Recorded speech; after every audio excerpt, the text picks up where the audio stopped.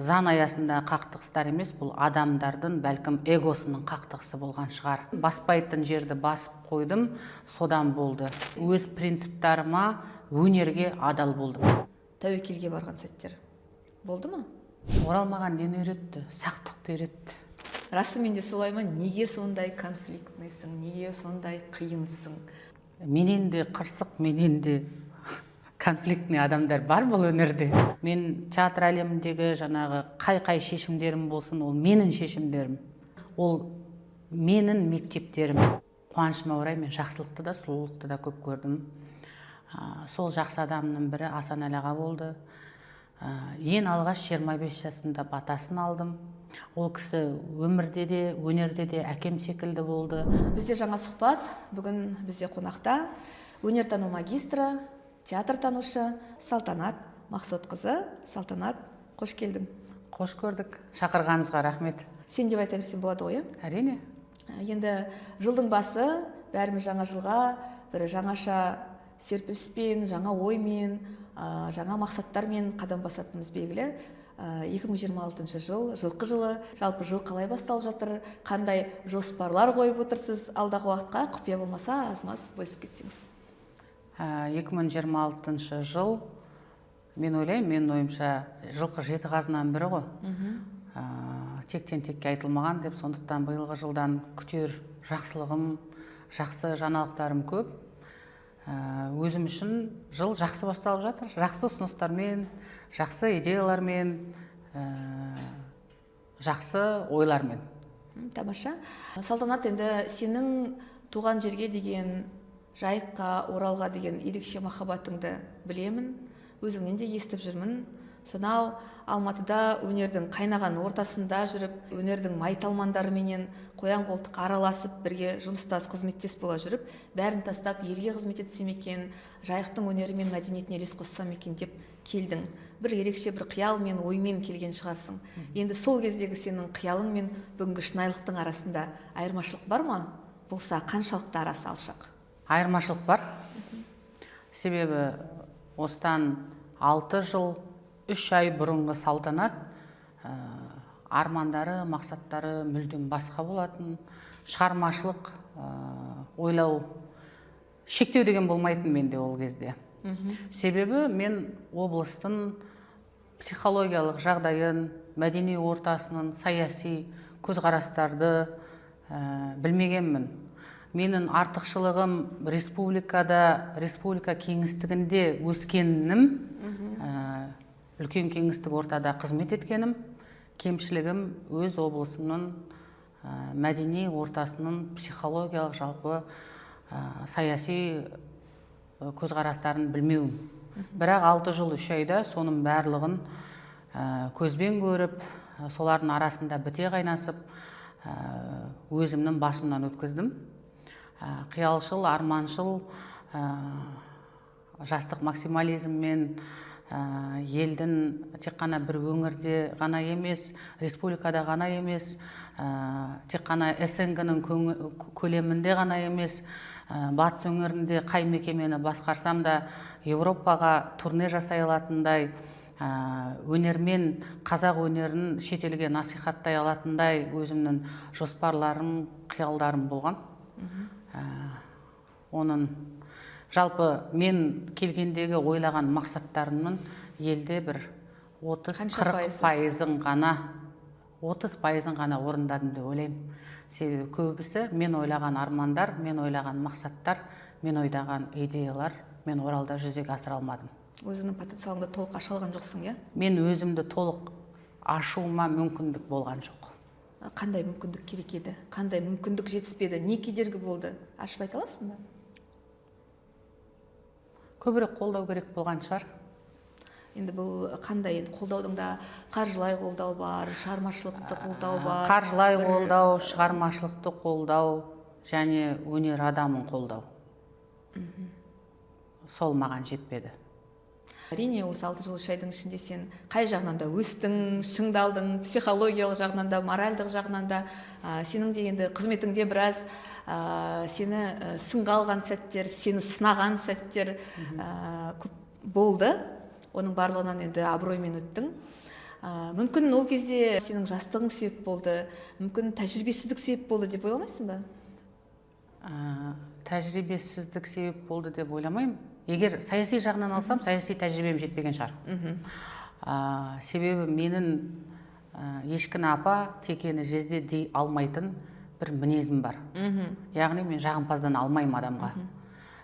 Менің түсінігімде Оралға келгенде ақты ақ, қараны қара, яғни шығармашылықта өнер жасасам болды деп, шығармашылықпен айналыссам ғана болды, мен басқарған сала дамыса ғана болды деген, оның астыртын саяси дүниелер барын мен ескермегенім.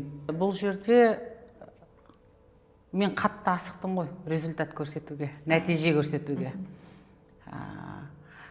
Көбіне сын естіп жатам, асықпай, біздің облыс кішкене сәл-пәл ұйықтап жатқандығы, сен тым асығып кеттің, таңғы 6-да көрпесін тартып тұрып, сен ұйқысынан оятқан адам кімге ұнайды деп айтқанда саяси қызметкерлер болды да. Сенің басты бір кемшілігін сол болған шығар.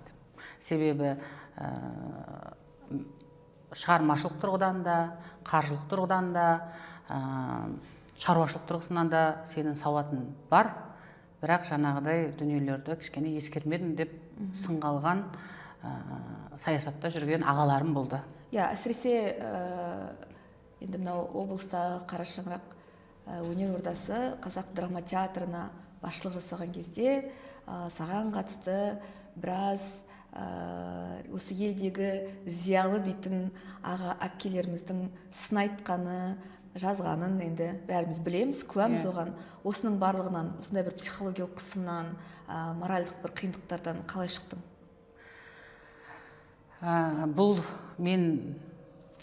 Бұның барлығын мен өзім 30 жасымда көрдім. 30 жаста осындай сынақпен бетпе-бет келдім. Туған жерім мені есейтті, адам тануда. Аямай есейтті дейсіз ғой? Аямай есейтті. Бұл сынақтар үшін мен алғыс айтам. Мен сын айтқан адамды жек көрмеймін. Керісінше мені өсірді деп ойлаймын. Алғыстан басқа айтарым жоқ. Бірақ шығу сырт көзге оңай болғанмен, іштей өзімді іздеумен болды. Бізде қазір қоғамда адамдардың көзі сыртта да өзгелердің мінін іздейді. Мен сол сырттағы көзді өзімнің ішкі әлеміме бұрдым. Ішкі әлемінде болып жатқан дүниелерді зерттей бастадым. Кейбір сынды орнымен қабылдасам, кейбір сынның орынсыз екенін барлығын біліп анализ жасадым. Және сол сынақтан қашып кетуіме де болатын еді. Бірақ елде қалуды, елде қаламын. Мен өзімнің қаншалықты потенциалым барын көрсетемін, дәлелдеймін деген дүниелер бойымда болды. Жасырмаймын. Бірақ өзім шашылып қалған өзімді жинап алу қиын да. Ол үлкен өз-өзіммен күреспен келді. Және осы Батыс Қазақстан облыстық камералық оркестрі менің жаралы жанымды емдеп алды. Мен сол ұжымнан көп қолдау көрдім. Маған сенді, менің артымнан ерді. Мен ол ұжымға тиран басшы болып келдім ғой, енді өзгенің жазбалары бойынша. Бірақ сол жазбадан қорықпай, менің бір ауыз сөзіме олар тоқтап, мен ұлы музыка өнеріне қызмет етуге келдім.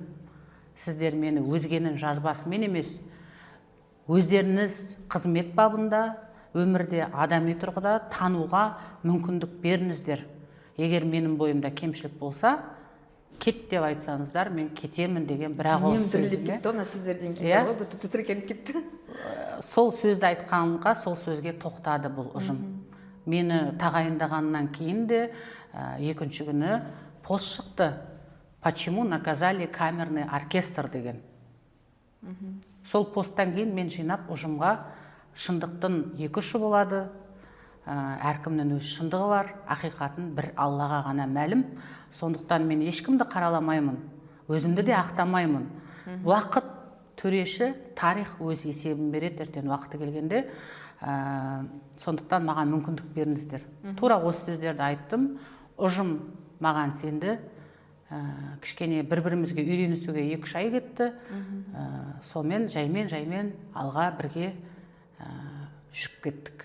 Неше түрлі сынның астына қалған кезде, хаттар жазылғанда, әлеуметтік желіде небір посттар жарияланған кезде тыныш жүргенім дұрыс педі, бекер қарсы шықтым-ау, бекер дәлелдеуге тырыстым-ау, қалай дегенмен де бір елдің алдында жүрген адамдар ғой, сөйтіп мен өзім кішкене бір қиындықтарға тап болып қалдым-ау, Салтанат неге тыныш жүрмедің деп өзіңе бір сондай өкпе айтқан кез, өкінген кез болды ма? Жоқ, болмады. Себебі мен заң бойынша жұмыс істедім. Мен келген ұжымның 20 миллионнан аста қарызы болды. Мен карантин кезіне тап болдым. Егер де белгілі бір адамдардың, осы өңірдегі атағы бар адамдардың жұмыстан шығуына себепкер болсам, ол кісілер келісім шарт негізінде жұмыс жасап жатты. Ал келісім шарт негізінде сенің жаңағы доходың болмаса, карантинде доход болмаса, мен ол кісілерге бюджеттің экономдалған, үнемделген қаржысынан айлық төлеуім, заңды бұзуым. Сондықтан да көп адамдармен қоштасқан сәттер содан болды. Әрине, біреуге жақтым, біреуге жақпадым. Бірақ құжаттық тұрғыда қаншама тексерістен өткеніммен де барлығы заң аясында болғаны. Ол кезіндегі басшым Сайран Темірғалиұлының Астана каналындағы берген интервьюында да тұр, бәрі заңға сай деп.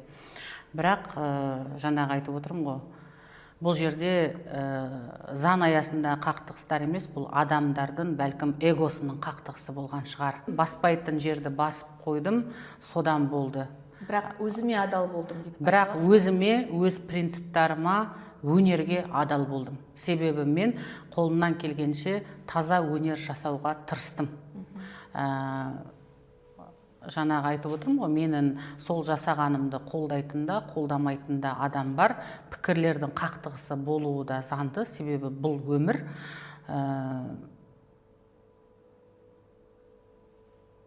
Енді мен өкінбейсің ғой? Өкінбеймін. Осы сұрақты екінші адам маған қойып тұрған. Көп жағдайда біздер енді аңдап басуға, аңдап сөйлеуге тырысып жатамыз ғой. Ең соңында іште өкініш қалады да, мен өзіме сатқындық жасадым ғой, өзіме адал болмадым ғой деген. Осы жерде толықтырып айтқым келеді. Мен Роза Мұқанованың Фейсбуктағы бір жазбасын оқыдым. Енді сөзбе-сөз әдеби жеткізе алмаймын, дегенмен мағынасы мынандай: біз бір жерлерге барамыз, жаңағы әдеби орта, кітап шығады, жаңағы спектакльге барасың, кино көресің, кейде пікір айтамыз, шынымен жанымыз қаламаған өтірік мақтау, өтірік од айтамыз, сосын үйге келе жаттам өз-өзімнен желкеніп деп. А мен өз-өзімнен желкенгім келмейді. Айнаға қарағанда мен өзімнің алдымда таза болғым келеді.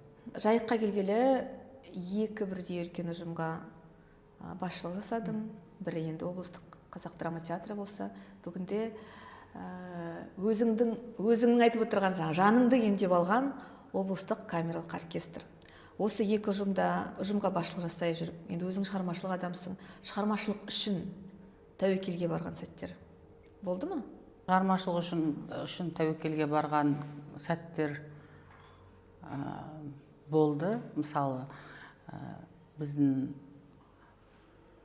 Славомир Мурожиктің «Дом на границе» пьесасын алып, сол кезде біздің Алматыда доңғандармен үлкен саяси, мысалы, тартыстар болып жатқанда, астарлап өртеніп кеткен 5 баланы көрсетіп, көп саяси дүниелер көргенде, қасымда отқан замандасым әкім де көріп отыр, сол кездегі Ғали Нәжімединұлы, ертең қызметтен кетіп қалып жүрме деп күліп, мысалы, спектакльде ашық-ашық айтқан, ашық-ашық көрсеткен дүниелер болды.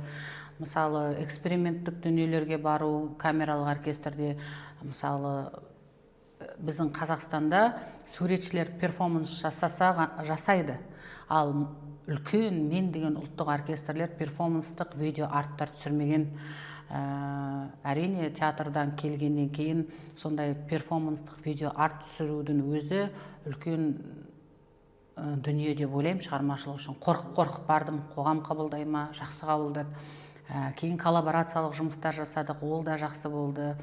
Жалпы енді кей кездері енді ұжым үшін айтып қалған кездегі сөздерін өзгенің көңіліне жақпайтын да сәттермен де кездесетін сәттерім болады. Менше бұл енді қызмет бабында болатын дүниелер ғой.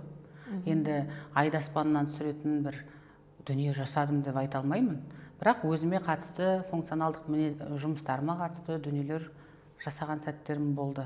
2021 жылы біздің облыстық камералық оркестр жабылады, яғни қосылады, оптимизация болады деген кезде біз 10 жылдықты өткізіп, сол кездегі өнер басшысы Ғали Нәжімеденұлы және облыстың әкімінің орынбасары Бақытжан Хаберұлы біздің оркестрдің болашағы бар деп ұжымды жеке дара мекеме ретінде қалдырған кезі болды. Бұл менің ойымша ұжым үшін жасалған үлкен дүние болды деп ойлаймын. Себебі 10 жылдыққа бірде-бір қаржы бөлінбей, біз оркестріміздің потенциалын көрсетуімізге барынша жұмыстандық. Сөйтіп біз оркестрді жеке дара оркестр деп сақтап қалған болатынбыз 21 жылы. Өйткені сол жылы қатты жүрді, оркестр қосылады. Оркестр, яғни филармонияның қарамағында болады деген. Сөйтіп сол жылы, енді бүгінгі күнге дейін жұмыс істесе, сол жылы біз оркестріміз жеке дара сақтап қалдық. Себебі атамекен ашылған кезде біз атамекеннің ішіне көшіп, сонда отырып, кейін уже қосылатын болғанбыз. Енді екі үлкен ұжымға жетекші жасадың ғой, екеуі де мемлекеттен қаржыландырылады, иә? Енді осындай ұжымды басқарған кезде жалпы қаржыландыру мен шығармашылық еркіндік арасындағы тепе-теңдік қалай сақталады? Қаншалықты қиын осы тепе-теңдікті сақтау? Хадиша театрында басшылық еткен кезінде сол бір жыл бұрынғы емес, 2-3 жыл, даже 5 жылдың көлемінде репертуарлық саясат жасап кетесің. Мысалы, мен үлкен бір жетістігім сол басшылық еткен кезінде, мысалы, ПСД-ні жасап кеткенім, қала берді Томирис қойылымына 13 миллион қаржы бөлдіріп кету, республиканың 2-нің бірінде ондай қаржы бөлінбейді. Кейін мен ол кезде кеттім, кейін Томирис қойылымы қойылған кезде Сайран Темірғалиұлы, сен жасаған сметадан бірде-бір тиын қысқартылмай сол қалпы бөлініп, бүгін қойылым шығып отыр. Бүгінгі қойылымға сенің де қатысың бар деп Мұрат Ахмановтың көзінше айтқан болатын. Жалпы енді өзінің саяси сауатын жетсе, сол жалпы жыл сайын, мысалы, былтыр жұмысшылар жылы болды, сол өзін соны алға алып отырып, қаншалықты қорғай аласың, сметанды, осындай жобалар жасаймыз деген, соншалықты қаржы бөлінеді ғой. Дегенмен енді біз театрдың қаржыландыру мен камералық оркестрдің қаржыландыру екі түрлі ұғымда. Камералық оркестрға жалпы бюджет өте аз бөлінеді. Біз енді осыған дейін экспо аясында жалпы енді батыс өңірі барған кезде бір барып қайтқаны болмаса, өзі жеке дара барып Алматы Астанаға гастрольдік сапар жасамаған еді бұл оркестр. Оны жасадық. Есептік концертпен бірінші рет бардық. Кейін Түркия мемлекетіне тәуелсіздік күні қарсаңында 15 желтоқсанда біз мен қазақпын деп таза қазақ тілінде Түркияда концерт бердік. Оның өзі де біздің оркестр үшін үлкен жетістігі болды. Камералық оркестрінде жақсы басшылар да болды. Әлем классикасы мен қазақ классикасын қатар ұстады да, бірақ орысша айтады, черный пиар тоже пиар деген. Мен барған кезде камералық оркестрге назар 2 есе 3 есе болды. Солай болар, есі. Бұл салтанат не бітіреді екен деп сынап қарағанда адамдар көп болды. Біреулер тілекші болды дегендей. Содан да кейін шығар, жаңағы әлі күнге дейін назардамыз. Және де біздің оркестрдің көркемдік жетекшісі Асхат Мақсотұлы өте ұлтжанды, өте талантты, кәсіби талантты, мықты дирижер. Оралда мықты партитуралар жазатын, әлемдік жұлдыз Димаш Құдайбергенмен шығармашылық байланыста, Олжас Құрманбекпен шығармашылық байланыста, Сазан Соул жаңағы ансамблі бар, солармен жұмыстар істейді. Мысалы, көп деген қазақстандық мен деген жұлдыздармен байланыста ол кісі. Ол кісі көптеген қазақ күйлерін, қазақ әндерін партитураға жазып, орындап жүрді. Бірақ тағы да менеджердің бір қыры, біз көбіне бұқаралық ақпарат құралдары арқылы өнерді насихаттаймыз. Ол менің бойымда көбірек, себебі мен әуезов театрында баспасөзбен қызмет бөлімін басқарған болатынмын. Жаңа бұқаралық ақпарат құралдары арқылы насихаттай алатынын жақсы білем. Сондықтан біз көбірек шығып, көбірек насихаттай бастадық. Және де мына Түркияға барғанда да біз әлем музыкасы деп айтып жатырмыз ғой жаңаға. Скрипка, контрабас, виолончель бұл әлем аспабы. Әлем аспабы арқылы қазақ музыкасын жеткіздік деп ойлаймын. Сондықтан енді шыны керек, бұрындары кішкене камералық оркестр, жаңа фондық музыка ретінде, жаңа концерттерге кіріп келе жатқанда фойеде көбірек солай қолданды ғой. Кейін бұл жарнаманың мықтылығынан шығар деп ойлаймын. Бұқаралық ақпарат құралдары арқылы біз тіпті Тенгриньюс, Нұр-Кизет бәріне шықтық қой. Барлығына шықтық, Қазақстан, Хабар, барлық жерде біз туралы айтылды, Түркияның да каналдарына шықтық. Сондықтан да бұның барлығы біздің оркестрдің жаңағы қазақланды деп айтсаңыз, бұған журналистер қауымының көп еңбегі болды. Ол кісілерге мен алғыс айтамын. Сондықтан да бұл оркестрдің өзі жеке дара ғұмыры жалғаса береді деген үмітім бар.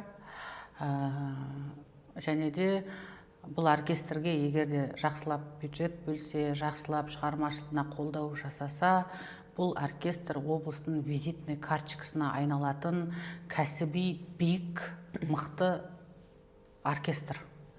Және бұны ұялмай евротурне жасауға, Орта Азияда ұялмай апаратын өңірдің, жаңа айттым ғой, визитный карточкасына айналатын ұжым. Тек қолдау керек. Менің арманым, мақсатым осы біздің қазақ қыздары, қазақ ұлдары скрипка, контрабас, виолончельге аз барады. Аз барады. Және көрермендердің ішінде де классикалық музыканы енді интеллекті жоғары қазақтар тыңдамаса, көбісі жаңағы шоу-бизнестегі ұсақ жеңіл-желпі әндерді тыңдайды. Сондықтан да менің тілегім болашақта осы әлем аспабында ойнайтын қазақтың қарагөз қыздары мен ұлдары көп болса екен. Классика деген ол адамның жанының биіктігін көрсетеді, рухани тереңдікті көрсетеді. Сол жанрға көбірек жақындаса екен, жандарын классикалық музыкамен емдесе екен. Ол әлем классикасы, ол қазақ классикасы. Жеңіл, сүзгенде сұйық дүние ғана, соған бізді КВН, бізді Жайдарман, бізді әзіл-сықақ, бізді жаңағы тойда айтатын әндер біздің жастарды тәрбиелемесе екен деген ойым бар. Жайық халқының, жайық жұртының өнерге деген көзқарасы, көрерменнің талғамы туралы өнер танушы ретінде не айта аласың? Жалпы біздің батыс Қазақстанның көрерменінің талғамы жоғары. Өзге облыстарға қарағанда бұл театральный город деп айтамын мен. Сосын мына карантин классикалық музыканың насихатталуына, даңғыр-дұңғыр эстрадалық әншілердің әнінен гөрі Бағжан Октябрь, БМ оркестр, не просто оркестр сияқты оркестрдің туындауына үлкен мүмкіндік берді карантин. Содан карантин кезінен бастап жалпы осындай жеке оркестрлар құрыла бастады. Көбісі қазір мына әлемдік фильмдер арқылы, енді саундтректер арқылы. Әрине бұл классикалық музыканы шығар шын емес, бұл да менеджерлік ход дейміз ғой. Яғни рекламын, маркетинг, халық өзінің сүйікті фильмдерін, әуендерін сол оркестрлар арқылы тыңдады. Бірақ соның өзі көрерменді оркестрдің музыкасын тыңдауға тәрбиелеп жатырған секілді көрінеді. Сондықтан жалпы енді мысалы қалай айтсам болады екен, баяғыда Есмұхан Обаев Несіпбайұлы халық әртісі, мықты режиссер, сол кісі мен алғашқы басшым болды әуезов театрында жұмысқа алған. Сол кісі айтатын, мына батыстың халқының тектілігі туралы, әсіресе батыстың қыздары текті болып келеді, себебі патша балына қатысқан қыз ол Фатима еді алғашқы. Сондықтан батыстың қыздарының бойында бір тектілік, ақсүйектік бар деп. Ол жалпы қыздарға емес, бәлкім біздің облыстың ерекшелігін көрсететін шығар. Енді әр облыстың өзінің ерекшелігі бар ғой, бір жақ қазақы, біздің сол облыста бір ақсүйектік, тектілік бар көрермендерде. Енді барлығы сондай деп айта алмаймын, бірақ 80% бізде ішкі мәдениет жоғары көрермендерде. Енді жалпы мен өмірімде тағдырыма қатты әсер еткен ол Жұбан Молдағалиевке арналған, 100 жылдығына арналған Жұбан қойылымы болды. Оны бір кездері бұл спектакль емес деп сынағандар да болды, бірақ республика көлемінде жүлделі орынға ие болды. Осы Жұбан қойылымы туралы тарқатып айтып берсең. Енді Жұбан қойылымы жалпы идея авторы Ғали Нәжімеденұлы, бірақ ол кісі бағдарламаға жаздыртпады, себебі ол кезде өңір басшысы болды. Жұбан Молдағалиевқа спектакльмен ескерткіш қояйық деп. Әрмен қарай ұйымдастыру жұмыстары, шығармашылық құрамды таңдау маған берілді. Мадина Омаровамен жұмыстандық, және сол кезде ақылдасып отырып Мадина Омаровамен соавтор қылтып біздің Ақжайықтың Ақшағаласы Ақштау апамызға қолқа салдық. Бірге жазса, бірге қойсаңыз деп. Ақштау апамыздың өзі сұранып келген ештеңесі жоқ бұл қойылымға. Себебі ол жерде Ақштау апаның соавтор болуы да заңды. Себебі 86-да Жұбан ағамыз сөйлеген кезде сол жерде болды, тарихты көрді, ағамыздың қасында жүрді. Меніңше орынды деп есептеймін. Қойылым шықты, бұл дәстүрлі Жұбан Молдағалиевке арналған, көбіне үйреніп қалған ғой, тарихи қойылым, дәстүрлі реализмнен тұратын қойылым болған жоқ. Бұл өнердің тілімен, әрбір мизансценасы перформативті картиналардан тұратын, әрбір актерлардың қимыл қозғалысы оқылатын, терең бояулармен қойылған режиссердің ұтымды қойған спектаклінің бірі болды. Және де Жұбан ағамыз тағдырлы ақын ғой, 3 кезең ашаршылықта туып, жастық шағы соғыс кезінде өтіп, кейін 86-ны көрген. Яғни Жұбанды жұбан еткен мен қазақпын деп сол Колбенің алдында сөйлеуі, соның барлығы кейін үлкен сынға ұшырады біздің қойылым.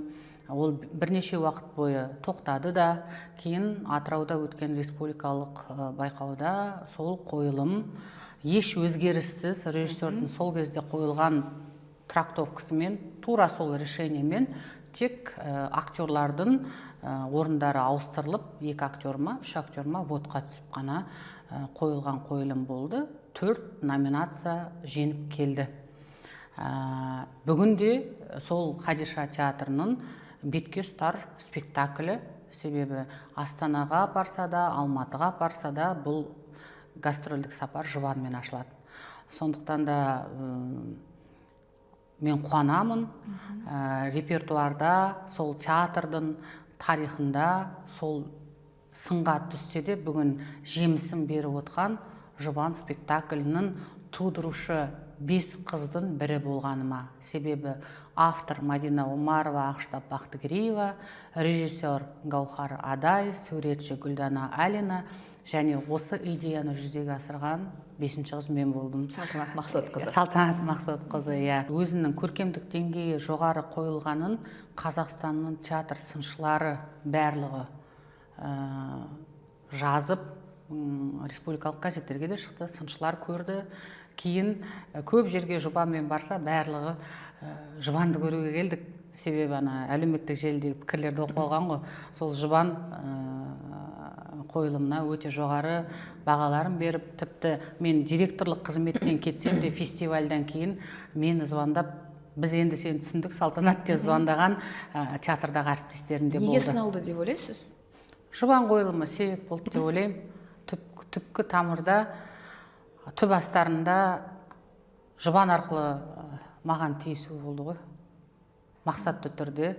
Бұл жерде әңгіме спектакльде емес? Әңгіме спектакльде емес, бұл жерде әңгіме менде болды. Және де бәлкім спектакльдегі автордың өзге адамдарға ұнамауында шығар. Шығар емес, дәл солай. Бірақ жұбан өз бағасын алды. Менің жұбандағы миссиям орындалды. Себебі үкімет басшысынан кейінгі екінші адам, Сенат төрағасы Мәулен Әшімбаев пен парламент мәжілісінің төрағасы Ерлан Қошанов келіп, және мәдениет министрі Аида Ғалымқызы Балаева келіп, осы спектакльді Астананың төрінде тамашалағаны, түпкі негізгі басында алған Гаухар Адай екеуміздің және Жасқайрат Валиулиев үшеуміздің ешкімге айтпаған, жүрек түбімізде сақтаған бір миссияларымыздың бірі болды. Мен болмасам да сол миссия орындалды. Мен қуаныштымын.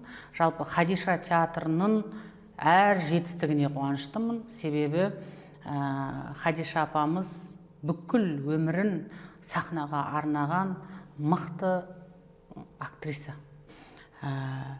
Өзін өнерге арнаған, сахнаға адал болған адам болды. Сондықтан да сол кісінің есімін иеленген театрдың қай кезде де биіктен көрініп жатса, осыған дейін де Құжырғали Төлеуішевтің басқаруы кезінде бұл театрдың алтын ғасыры болды. Мен оны әрқашан айтамын, айтудан жалықпаймын. Сол алтын ғасырындағы биіктігінен құламаса екен, әлі де биіктен көріне берсе екен деген тілегім бар.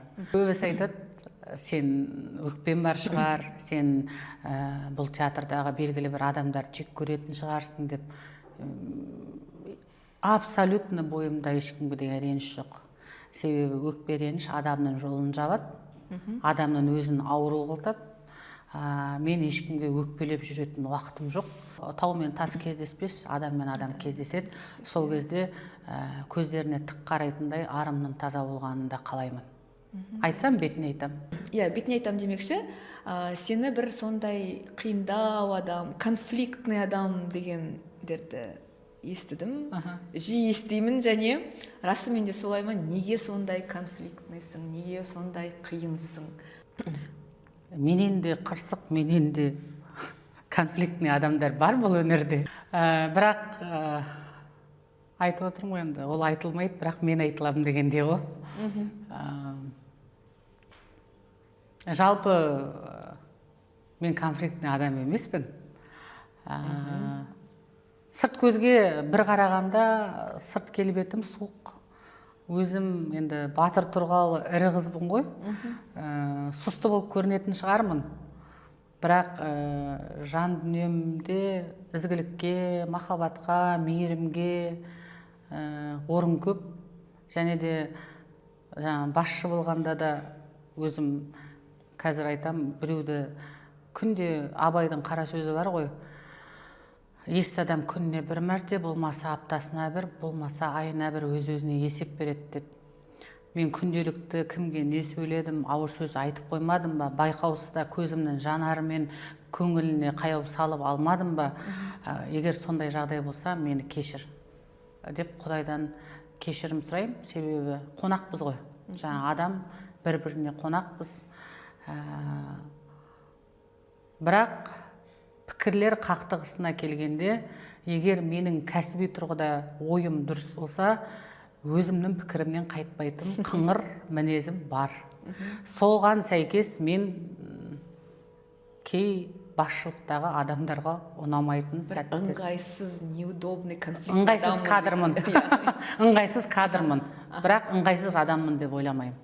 Өзімнің бетіме де айтылған, мына саяси қызметте жүрген жоғары лауазымды азамат, сенің Салтанат, сен креативтісің, сен шығармашылық идеяларын көп, жалпы жұмыскерсің, іскерсің, бірақ сенің кемшілігін сенің мінезіңнің тік бетке айтатынын.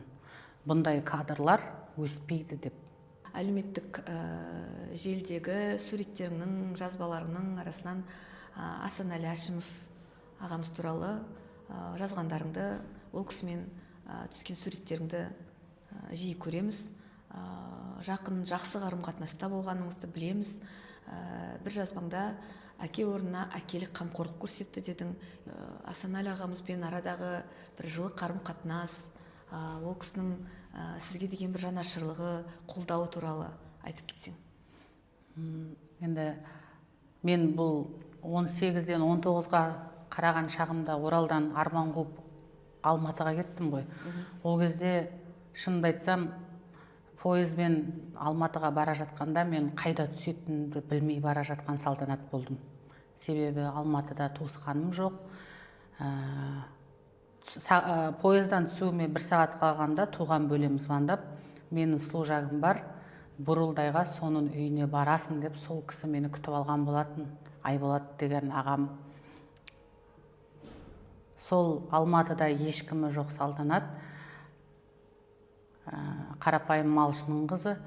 Кейін сондай аңыз адам Асанәлі ағамыздың үлкен қамқорлығына, мейіріміне, оң көзіне және батасын алдым.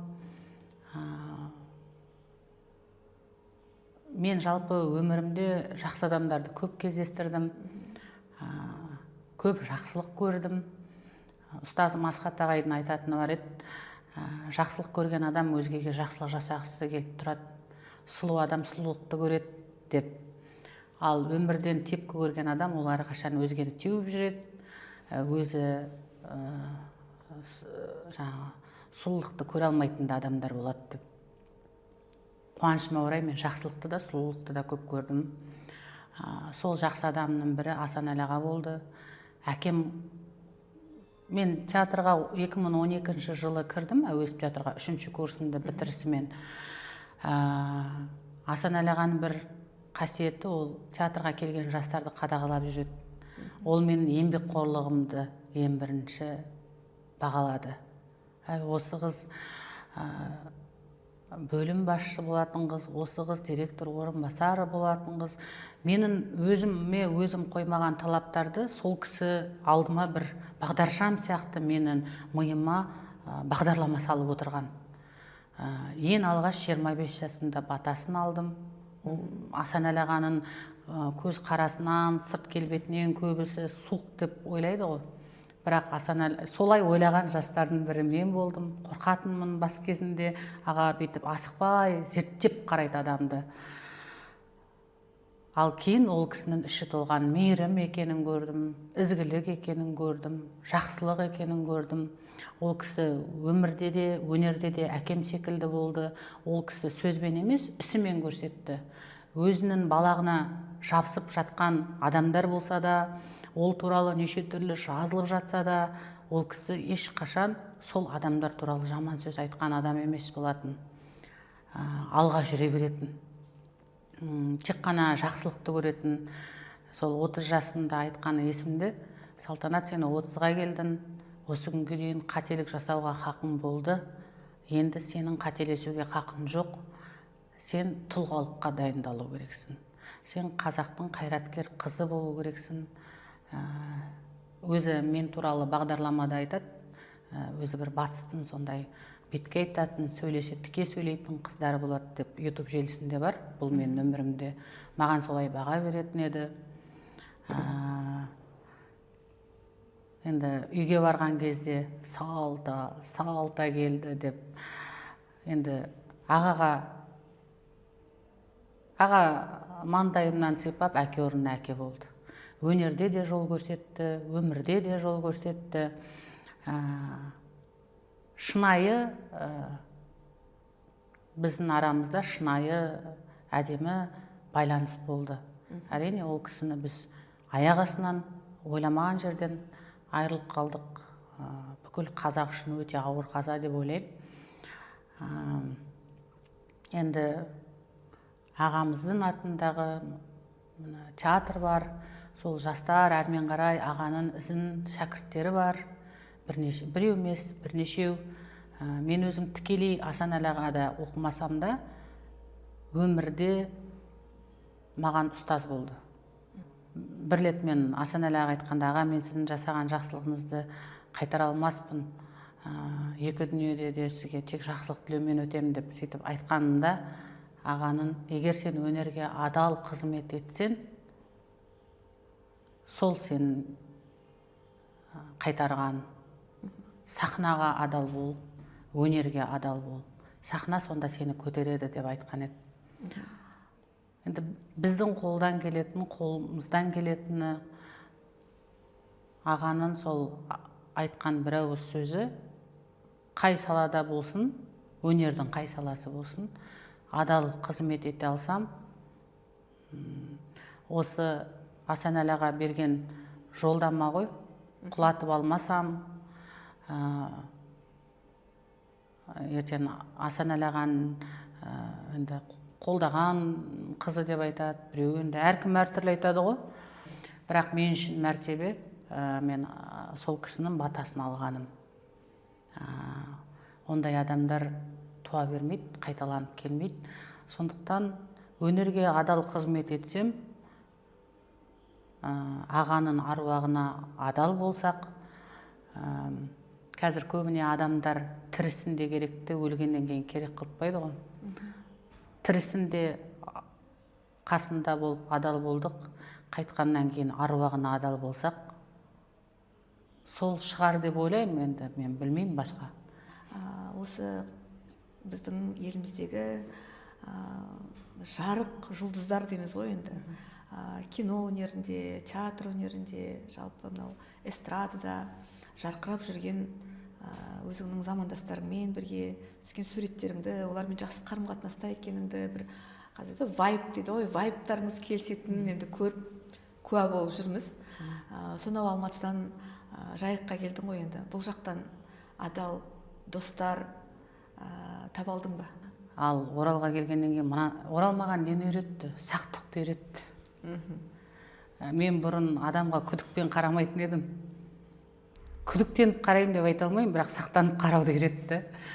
Бірақ Мұраттас өнер кеңістігінде пікір алмасатын жолдас, құрбы жолдас таптым. Қолдаушы адамдар көп кездесті Оралда, бар. Мен жалпы мына бүкіл жалпы туған жеріме алғыс айтам. Неге десеңіз, мен республикада жүргенде бөлім басшысы, директор орынбасары болдым да, мен басшының абыройына жұмыс жасадым. Басшының идеяларын жүзеге асыруға жұмыс істедім. Мен орындаушы болдым. Тіпті менің идеяларым сол кісінің идеялары секілді болды ғой. Ал мен Оралға келген кезде өзімнің потенциалымды көрдім. Мен ешқашан музыка әлемінде басшы боламын деп ойлаған жоқпын. Мен театр әлеміндегі жаңағы қай шешімдерім болсын, ол менің шешімдерім. Біреуге қателік, біреуге дұрыс деген шешімдер, ол менің мектептерім, әр шешім. Мен өзімнің білімімді, өзімнің мүмкіндіктерімді 6 жылда мен керісінше қанша таяқ жесем де өзіме кәсіби маман ретінде мүмкіндіктерімнің көп екеніне көзім жетті. Сол үшін сондай менің енді 30%-ын ғана деп ойлап отырмын ғой, айтып отырмын. Соны жүзеге асыруға мүмкіндік берген 29 жасар қыздың қолына үлкен театрды басқаруға берген Ғали Нәжімеденұлы бастаған сол кездегі әкімдіктегі азаматтарға алғыс айтам. Себебі бұл соқыр сенім ғой, көзсіз сенім. 29 жасар қыздың қолына облыстық мекемені беру. Және менің жасаған әрбір қойылымдарымда, ұжыммен бірге жасаған әрбір қойылымдарымда Ғали Нәжімеденұлы шақырып алып, жаңағы декорациясы қалай болады, костюмы қалай болады, маған алып келші, көрейін. Ондай әкім көрген жоқпын мен. Сіздің әңгімеңізден мен де риза болып отырмын. Өнерге деген осындай көзқараста болғанына Ғали Нәжімеденұлының. Және де ол кісі мен мысалы көбіне қазіргі таңда көп жерде біздер айтамыз ғой, сдача спектакля. До премьераға дейін спектакльдің тапсырылымы өтеді. Негізі көп жерде бір ай бұрын, үш апта бұрын тапсырылады. Көп жерде негізі сол дұрыс. Себебі көркемдік кеңестің ескертпелерімен ол кем-кетіктерді түзелу керек. Қазіргі таңда премьераға бір күн қалғанда тапсырылады ғой, ол үлкен қателік деп есептеймін. Бірақ сол біз тапсырылымын спектакльдің Ғали Нәжімеденұлы келіп демалыс күні спорттық киімде ұжымға айтпашы, мен дайындықты көрем деді. Енді әрине облыс өңір басшысы келе жатқан кезде қалай дайындалмайсың, гримді де салдық, костюмді де көрдік. Генеральный прогон болды сол күні бізде. Өзі келіп, ешқандай қасына шабармансыз, жалғыз өзі келіп спектакльдің премьераға дейінгі тапсырылымын өзі келіп көріп, ұнатып, тек ол кезде ертоқым қап-қара болатын. Қазіргі таңда оның оюы бар. Сол кезде айтты, бұл деген мерейтойлық спектакль ғой, Салтанат.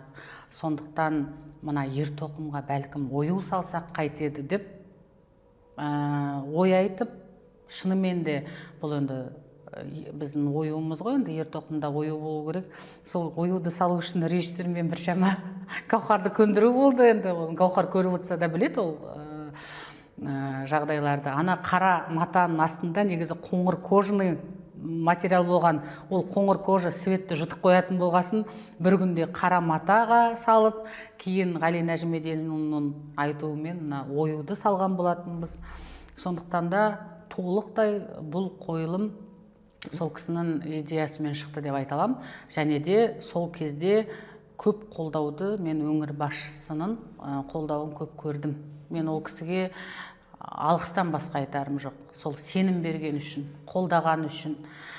Кейін біз Алматыға, Астанаға, Түркияға барғанда бізді жақсы қолдаған мықты идеолог деп айтам. Мен Бақытжан Хаберұлының сенімі көп болды. Сондықтан мен бұл облысқа келгенде тек қана тепкі көрдім, тек қана сынның астында қалдым, тек қана өмір жолында жаман адам кездесті деп айта алмаймын. Қолдаған адамдар көп болды. Бұл менің туған жерім. Бұл елде мен ата-бабамның бейіті жатыр. Елде анам бар. Егерде мен сол қиындықтардан қашпай, осы елде қаламын деген шешім, ол мен дәлелдеймін деген дүние емес. Оның бәрінің артында Мақсоттың қызы деген өлген әкемнің аруағы тұрды. Елде анам болды. Себебі анама үлкен соққы болатын еді. Ағаларым бар. Сондықтан да Мақсоттың қызы келіп, мәдениетті бүлдіріп кетті деген сөздің астында қалмау үшін елде қалып, қызмет етуге тура келді. Және де бүгінде көп адамның көзқарасы өзгеріп, осы қыз былай жасағысы келген екен ғой деп көзқарастары өзгеріп жатса, оның бәрі оңайлықпен келген жоқ. Сондықтан да мен ешқашанда, әрине мен де жаныма тиді, әкемнің, өлген әкемнің аты плакатта жазылып тұрды. Мен өте намысшыл адаммын, үйде жалғыз қызбын. Менің үйімдегі анам әрқашан мотивация беріп отырады. Менің қызым, менің жұлдызым деп. Сондықтан басты мақсат елде қалғаным. Әкенің атына кір келтірмеу, ананың көз жасына қалмау болды. Мен әрқашан айтатынмын, кресломен адамның біліктілігі өлшенбейді деп. Менің шығармашылыққа ауысатын уақытым келді деп санаймын. Театр әлеміне кері ораламын. Бұл менің елде бір сондай сәйкестік. Бүгінгі сұхбат облыстағы соңғы демей, менің қызметтік осы 6 жылдағы соңғы сұхбатым. Бірақ мен туған жермен қоштаспаймын әрине. Адам баспаймын деген шерін бірнеше рет басады ғой. Болашақта бәлкім елге қайтып келіп, басқа салада, бәлкім мемлекеттік қызметте жұмыс істеу ұсыныстар болуы да мүмкін, келуім де мүмкін. Сондықтан адам өз өміріне жоспар құрмайды, жоспар Алладан болады. Ал бірақ мен жаңа өзіңіз айттыңыз ғой, Асанәлі ағаның сол саған жасаған жақсылығын, сол аруақтың алдындағы қалай қайтарамын деп ойлайсың деп. Қайтара алмаспын, бірақ сол Асанәлі аға өзі ашып кеткен театрға барып ағаның аруағы үшін сол театрға қызмет етуге бұйырса, сол жаққа жолға шыққалы отырмын. Жалпы 6 жыл 3 ай елде қызмет еткенде өмір жолында кездескен барлық адамдарға алғыс айтамын. Мені өсіргендеріңіз үшін, мені сынағандарыңыз үшін, қолдағандарыңыз үшін туған жерімді жақсы көрем. Мен екі ұжымымды да өзімше жақсы көрем басқарған. Екі ұжымдағы барлық адамдарға да алғыс айтамын. Әрқашан жолдарыңыз ашық болсын дегім келеді, жақсылық болсын, ел мәдениетінің жақсылығын естігім келеді. Биіктен көрінгенін қалайым. Әріптес аға апаларыма да сәттілік тілеймін. Ешкімге наз айтып, ешкімге өкпе айтып, өкпелегім, ренжігім келмейді. Тек қана бір досым айтып еді, біздің тұрғын үйлер ғана емес, өмірдің өзі адамға арендаға, яғни жалға беріледі ғой деп. Сол жалға Алладан берілген өмірімде ешкімге ренжімей өмір сүргім келеді. Салтанат, бүгін біздің ұсынысымызды қабыл алып, студияға келгеніңе, сұрақтарымызға барынша шынайы, ашық жауап бергеніңе көп-көп рахмет айтамын. Енді жайықтан кері сонау өзің білім нәрімен сусындаған, өнермен сусындаған, өнердің ордасы Алматыға қарай жол тартып бара жатыр екенсің. Жаңа бір миссиямен, үлкен бір миссиямен бара жатыр екенсің. Өзің қамқорлық көрген, қолдауын көрген, мейірімін сезінген аңыз адам Асанәлі Әшімовтың алдындағы бір перзенттік, шәкірттік парызыңды орындаймын деген ниетпен бара жатыр екенсің. Ақ жол тілейміз. Біз әрине жайықта сені күтеміз. Рахмет. Рахметтен басқа ештеңе айта алмаймын. Ризамын тағдырыма.